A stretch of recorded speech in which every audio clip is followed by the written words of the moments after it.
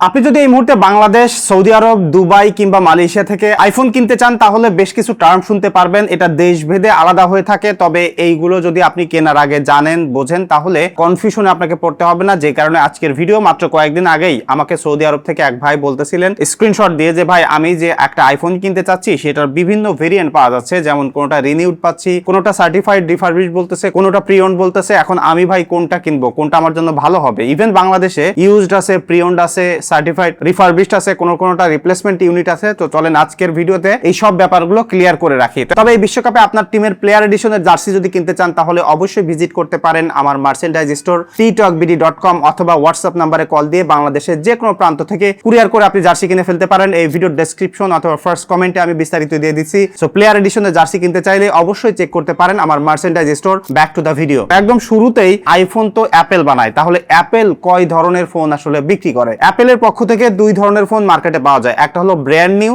যেটা নতুন ফোন, আর একটা হলো সার্টিফাইড রিফারবিশ ফোন, মানে পুরাতন আইফোন গুলো যেগুলোতে একটু প্রবলেম থাকে বা ওয়ারেন্টি ক্লেম করার পরে যেগুলো ফেরত নেয়, সেই ফোনগুলোকে ঠিকঠাক করে আবার নতুন করে বিক্রি করে, সেটাকেই তারা সার্টিফাইড রিফারবিশ ইউনিট বলে। এছাড়া অ্যাপেল আর কোনো আইফোন বিক্রি করে না। তাহলে মার্কেটে pre owned, renewed, refurbished, replacement unit এইগুলো আমরা কোথায় পাই বা এগুলো আসলো কোথা থেকে? সবই মার্কেটিং এর জন্য তৈরি করা হয়েছে বা বিক্রি করার জন্য এক একটা টার্ম এক একজনে ব্যবহার করে। তার মধ্যে থেকে একদম ইউনিক একটা ব্যাপার আপনারা জানবেন হয়তোবা, রিপ্লেসমেন্ট ইউনিট। মাত্র এই ভিডিও যখন বানাচ্ছি তার একটু আগে আমাকে এক ভাই মেসেজ দিছিল যে ভাই আমি যে ফোনটা কিনছি এইটা আমি যখন কিনছিলাম তখন দেখিনি, পরে আমি মার্কেটে বিক্রি করতে যেয়ে দেখি আমারটা রিপ্লেসমেন্ট ইউনিট, যে কারণে ব্যবসায়ীরা বা যারা কিনতে চাচ্ছে তারা আমাকে দাম কম দিচ্ছে অনেক। ফোনটা কি আসলে অরিজিনাল কিনা? রিপ্লেসমেন্ট ইউনিটটা নরমাল আইফোনের মতো ভালো, এখানে কোনো প্রবলেম নাই। এটা আসে মূলত লেটসে আপনি একটা আইফোন কিনলেন, এটাতে কোনো ডিস্টার্ব দিল, অ্যাপেলের কাছে দিলেন ওয়ারেন্টির জন্য, তারা এটা ঠিক করতে পারলো না, যে কারণে আপনাকে নতুন একটা আইফোন দিয়ে দিবে। তখন ওই আইফোনটাকে রিপ্লেসমেন্ট ইউনিট হিসাবে দেয় এবং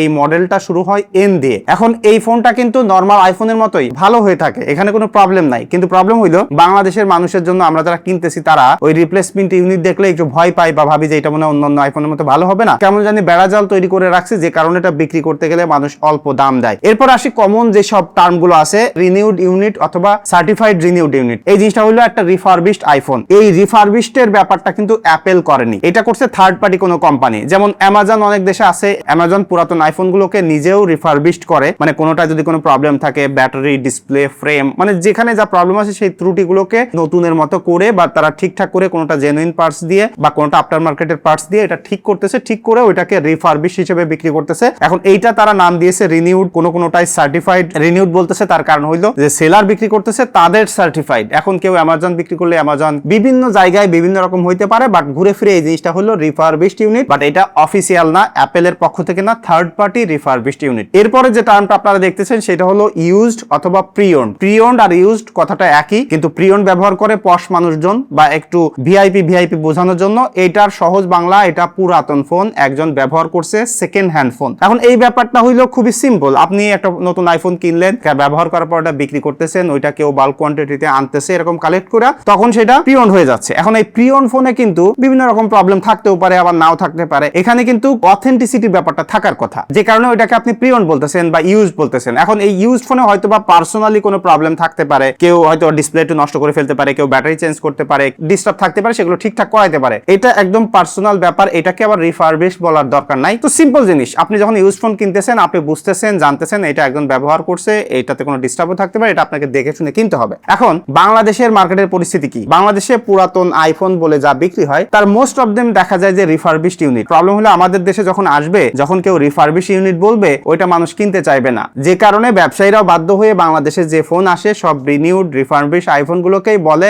এইটা সেকেন্ড হ্যান্ড আইফোন বা প্রি ওন্ড আইফোন, কেউ ইউজ ফোনও বলে। কারণ আমাদের দেশের মার্কেটটা এমনই হয়ে গেছে যে তাদেরকে জেনে শুনে যদি আপনি বুস্টিং আইফোনের কথা বলেন তারা কিনবে না, আবার অথেন্টিক ব্যাটারি বলে যদি আপনি 80% এর নিচে ব্যাটারি দেখান তাহলেও আবার তারা কিনবে না। তো বাংলাদেশের মার্কেটে আমি বলবো যে মানে অ্যাপেলের ক্ষেত্রে, পুরাতন মার্কেটের ক্ষেত্রে যে ইকোসিস্টেমটা তৈরি হয়েছে এটার জন্য খানিকটা ইউজারও দায়ী, খানিকটা ব্যবসায়ীরাও দায়ী। তো এই হলো মোটামুটি বাস্তবতা। এখন আপনি একটু সিম্পলি বুঝে নেন যে আপনার জন্য আসলে কোনটা ঠিক হবে। ব্র্যান্ড নিউ ফোন যদি কেনেন তাহলে তো কোনো কথাই নাই, আবার সার্টিফাইড রিফারবিশ ফোন যদি আপনি কেনেন তাহলেও কিন্তু এটা সেম অ্যাজ ব্র্যান্ড নিউ এর মতো এক্সপেরিয়েন্স আপনি পাচ্ছেন। এরপর আসে রিনিউড বা সার্টিফাইড রিনিউড আইফোনটা আপনার জন্য ঠিক হবে কিনা। এটা ডিপেন্ড করবে আপনি কোন দেশ থেকে কিনতেছেন, কারা এটাকে রিফারবিশ করছে। লেটসে আপনি যদি সৌদি আরব থেকে কেনেন, দুবাই থেকে কেনেন, মালয়েশিয়া থেকে কেনেন বা পৃথিবীর বিভিন্ন দেশ থেকে, সেখানে যদি অ্যামাজনের রিনিউড আইফোন গুলো আপনি পেয়ে যান তাহলে কিন্তু ওইটা খারাপ না। যথেষ্ট ভালো কোয়ালিটি বা থার্ড পার্টি আরো বড় কোনো কোম্পানি যদি এটাকে রিনিউড করে, ওই ফোনগুলো একদমই খারাপ হয়ে থাকে না। আমি বলবো ওই ফোনগুলো বাংলাদেশে যেগুলো ইউজড ফোন বিক্রি হয় সেম কোয়ালিটির, ব্যাটারি বুস্টিং করা থাকবে, হয়তো বা ফ্রেম চেঞ্জ করা থাকবে, ডিসপ্লে চেঞ্জ করা থাকবে, বাট ওইটার কন্ডিশন বা কোয়ালিটি অনেক ভালো থাকবে, সেটা আপনারা দেখলে বুঝতে পারবেন।